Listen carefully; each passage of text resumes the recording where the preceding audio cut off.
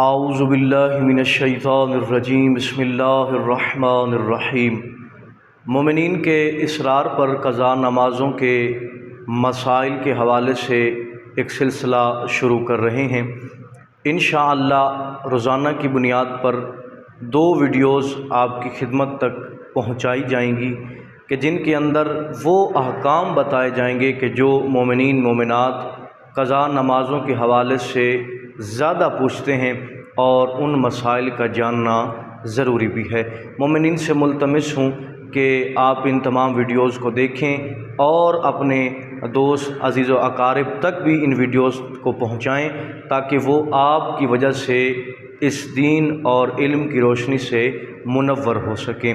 تو آج قضا نمازوں کے احکامات کے حوالے سے جو ہمارا پہلا موضوع ہے، جو مومنین سوال کرتے ہیں کہ قضا نماز پڑھنے کا وقت کیا ہے، قضا نماز کس وقت پڑھنی چاہیے، تو آج کی اس ویڈیو میں اس سوال کا جواب آپ کی خدمت میں عرض کر رہے ہیں۔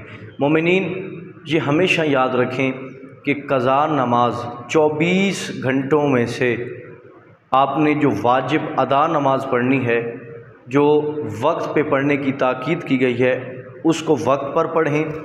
اس کے بعد جتنا بھی آپ کے پاس وقت موجود ہے 24 گھنٹوں میں، چاہے دن ہو، چاہے رات ہو، صبح ہو، دوپہر ہو یا شام ہو، جو بھی وقت ہو، آپ کو جب بھی وقت ملتا ہے آپ قضا نماز پڑھ سکتے ہیں۔